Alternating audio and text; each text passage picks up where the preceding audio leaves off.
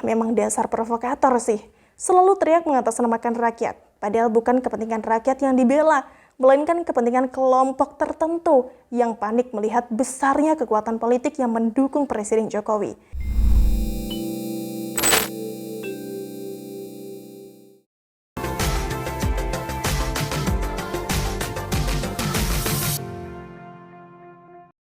Halo guys, Assalamualaikum warahmatullahi wabarakatuh. Salam sejahtera untuk kita semua.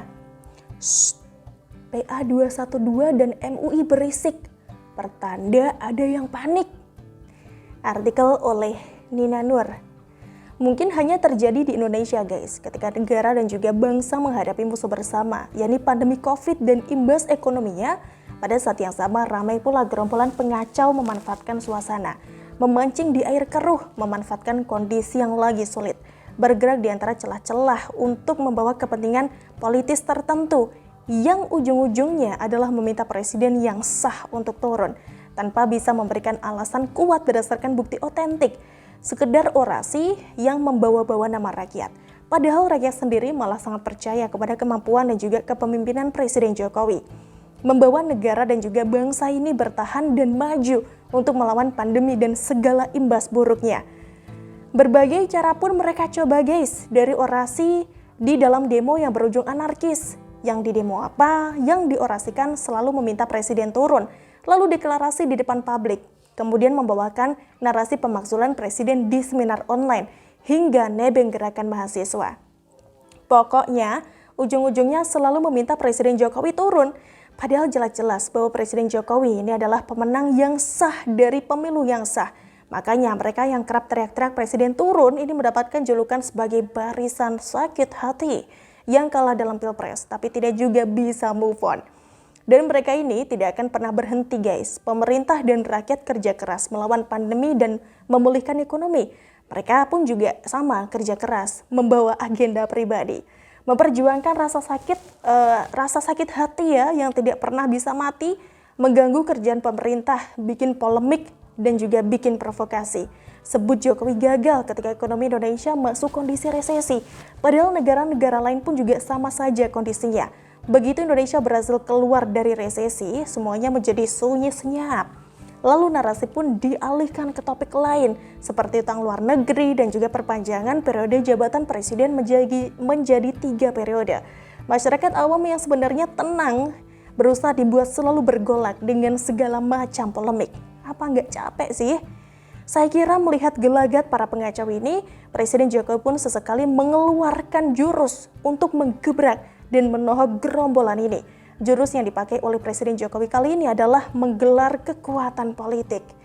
Memperlihatkan seberapa besar kekuatan yang dihadapi jika ada yang mencoba menggoyahkan kestabilan dan juga keamanan negara ini. Kekuatan politik ini tentunya akan berimbas pada pemilu 2024 nanti.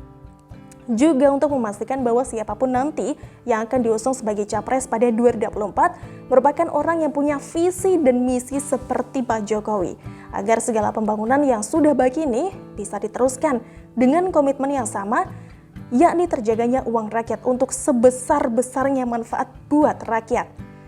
Pada akhir bulan Agustus lalu guys, Presiden Jokowi telah mengumpulkan para pemimpin koalisi partai politik yang mengusung pemerintah, yakni ada PDIP, Gerindra, Golkar, PKB, Nasdem, PPP, dan juga PAN. Jika ditotal, maka partai koalisi ini menguasai 471 kursi atau 81,9% kursi di DPR. Sebuah kekuatan politik yang bisa dibilang raksasa. Presiden Jokowi tidak berhenti di sana saja guys ternyata. Kalau gebrak itu ya harus total. Tidak tanggung-tanggung, pada hari Rabu lalu, tanggal 1 September, Presiden Jokowi juga telah mengumpulkan para pimpinan partai politik koalisi yang tidak memiliki kursi di DPR, yakni ada PSI, PKPI, Perindo, Hanura, dan juga PBB. Mereka ini adalah partai politik yang perolehan suaranya pada pemilu 2019 tidak mencapai ambang batas parlemen 4%. Walaupun demikian guys, secara kolektif, kekuatan politik mereka ini sebenarnya juga besar. Ada sekitar 7,11% suara nasional atau sekitar 9,9 juta suara rakyat pemilih. Gimana nggak keder yang melihat kekuatan politik sebesar ini? Artinya dukungan politik terhadap Presiden Jokowi memang sangatlah besar. untuk terus merealisasikan segala proyek strategis maupun langkah-langkah pemerintah dalam penanganan pandemi dan juga pemulihan ekonomi. Kekuatan sebesar ini pasti bikin panik para lawan politik Presiden Jokowi. Dalam kepanikannya, mereka pun berusaha untuk melawan. Dalam kebingungannya, mereka juga tetap mencari celah yang bisa dipakai untuk menohok balik ke Presiden Jokowi. Saking bingungnya nih guys, narasi lama pun akhirnya harus dimainkan, yakni isu Jokowi 3 periode. Isu yang sudah tenggelam dan tidak laku. Namanya juga panik ya. Isu 3 periode ini kan juga pernah berkembang ya waktu itu, tapi sayangnya layu sendiri. Karena memang sudah dibantah beberapa kali oleh Pak Presiden Jokowi sendiri. Sudah tahu tidak laku, tapi mengapa masih dipakai lagi? Ya, karena apa lagi? Karena yang memakai sudah mentok, sudah panik dan bingung, sudah tidak tahu lagi mau pakai isu apa. Mau pakai isu PKI? Siapa sih yang mau peduli dengan isu itu? Akhirnya isu pun dinaikkan kembali guys, berembus kabar bahwa yang dibahas oleh Presiden Jokowi dan para pemimpin partai koalisi dalam kedua pertemuan itu termasuk soal amandemen Undang-Undang Dasar 1945 untuk memuluskan realisasi wacana Jokowi 3 periode. PKS pun menyebut adanya manuver politik untuk menggalang dukungan amandemen Undang-Undang Dasar 1945. Senada, Demokrat pun juga mengemukakan dugaan bahwa adanya PAN di dalam pertemuan itu sebagai partai baru dalam koalisi pemerintah adalah untuk memuluskan amandemen Undang-Undang Dasar 1945.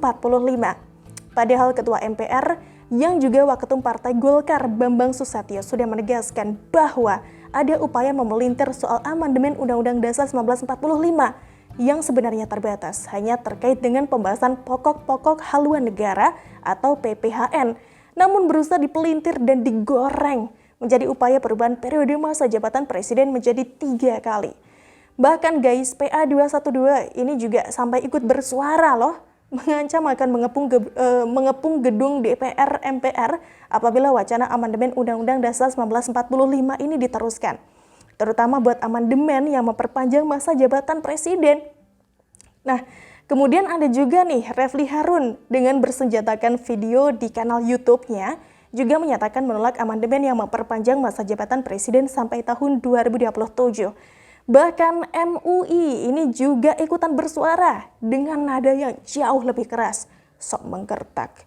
Wakil Ketua MUI Anwar Abbas menyebut bahwa Presiden Jokowi cukup 2 periode saja, karena rakyat sudah banyak yang muak dengan situasi COVID, dengan keadaan ekonomi yang parah dan rendahnya kemampuan pemerintah mengatasi masalah ekonomi dan juga COVID.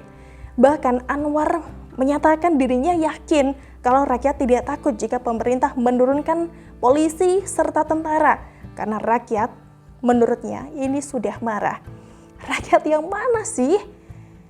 Nah itu Presiden Jokowi ke Cirebon, lalu ke Lampung. Di sana rakyat menyambut beliau dengan sukacita kok. Memang dasar provokator sih. Selalu teriak mengatasnamakan rakyat, padahal bukan kepentingan rakyat yang dibela, melainkan kepentingan kelompok tertentu yang panik melihat besarnya kekuatan politik yang mendukung Presiden Jokowi. Tapi bingung mau berbuat apa, sehingga isu basi pun akhirnya dinaikkan lagi. Rakyat sendiri sudah lebih sibuk ya mencari tempat untuk vaksinasi. Mau tahu apa yang menarik perhatian rakyat? Itu loh, Pasar Tanah Abang yang sudah dibuka kembali, hasil nyata kebijakan PPKM yang diambil oleh Presiden Jokowi. Rakyat pun happy. Selalu dari kura-kura. Gimana nih guys menurut kalian? Langsung diskusikan di kolom komentar ya. Terima kasih yang sudah nonton Suara Rana hari ini. Kita ketemu lagi di episode selanjutnya hanya di channel 2045 TV. Bye-bye. Wassalamualaikum warahmatullahi wabarakatuh.